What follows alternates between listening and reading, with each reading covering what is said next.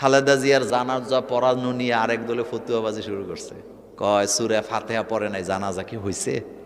জানাজা, বিশাল জানাজা, লক্ষ লক্ষ মানুষ, কিন্তু জাতীয় মসজিদের মহামান্য ইমাম জানাজা পড়ালেন, উনি সূরা ফাতিহাকে ইগনোর করেছেন।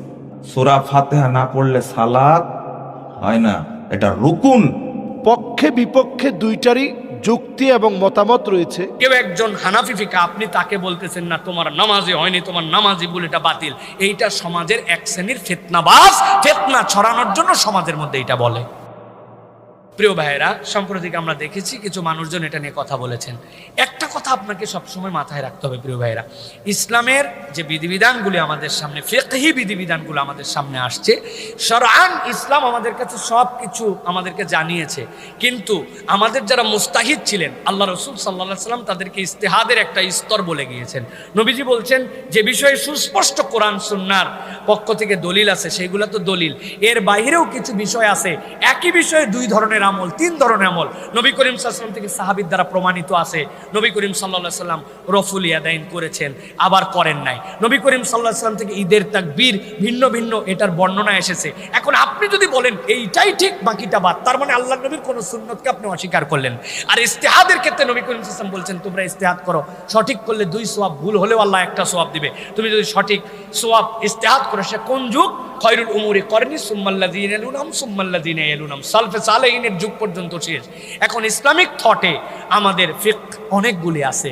স্কুল অফ ফিকহের মধ্যে আছে আমাদের হানাফি, শাফিঈ, মালিকি, হাম্বলি। তারা প্রত্যেকেই কোরআন সুন্নাহ স্টাডি করে নবী করিম সাল্লাল্লাহু আলাইহি ওয়াসাল্লামের হাদিসের আলোকে বর্ণনা দিয়েছেন। যারা ফিকহুল আহনাফ অনুসরণ করেন তারা বলছেন জানাজার নামাজ যেটা, এটাকে সালাত নয় বরং তারা এটাকে দোয়া বলেন, দোয়া হিসেবে কাউন্ট করেন। যেহেতু জানাজার নামাজ দোয়া, সেই হিসেবে তারা প্রথম তাকবীরের পরে বলছেন সানা, এরপরে বলছেন দরুদ, এরপরে বলছেন দোয়া। এই সানার ক্ষেত্রে আপনি ভিন্ন কিছু পড়তে পারেন, দরুদের ক্ষেত্রে ভিন্ন কিছু পড়তে পারেন, এরপরে মাইয়িতের জন্য দোয়া করবেন, আপনার নামাজ হয়ে যাবে। এটার ক্ষেত্রে তাদের দলিল আদিল্লা সব কিছু প্রমাণিত সত্য। আবার অন্য যারা ফিকহ অনুসরণকারী তারা আবার অনেকে বলছেন নবী করিম সাল্লাল্লাহু আলাইহি সাল্লাম সালাতের ক্ষেত্রে ফাতিহাকে বলছেন বাধ্যতামূলক।